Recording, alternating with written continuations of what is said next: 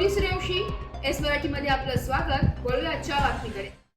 अंबाठा शिवारात भास्कर सुकर पवार यांच्या फॉरेस्ट प्लॉटमध्ये एक अनोळखी महिलेचा मृतदेह कुजलेल्या अवस्थेत आढळून आल्याची घटना शनिवारी उघडकीस आली आहे. याबाबत खबरीच्या माहितीवरून सुरगाणा पोलीस ठाण्यात अकस्मात मृत्यूची पोलिसांकडून नोंद करण्यात आली आहे. सदर महिलेचे वय अंदाजे 20 ते 25 वर्ष असून तिचे नाव व गाव याबाबत कोणतीही माहिती उपलब्ध झालेली नाहीये.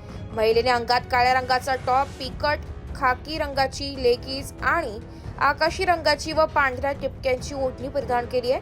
उजव्या हातात काळ्या पांढऱ्या रंगाचे मण्यांचे ब्रेसलेट होते.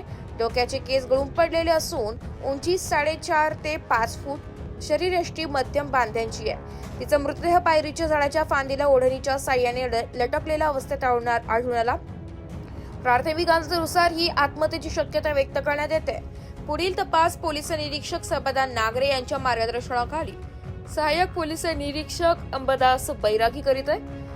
ज्यांना सर महिलेबाबत काही माहिती असेल त्यांनी तातडीने सुरगाणा पोलीस स्टेशनशी संपर्क साधावा असे आवाहन करण्यात आले.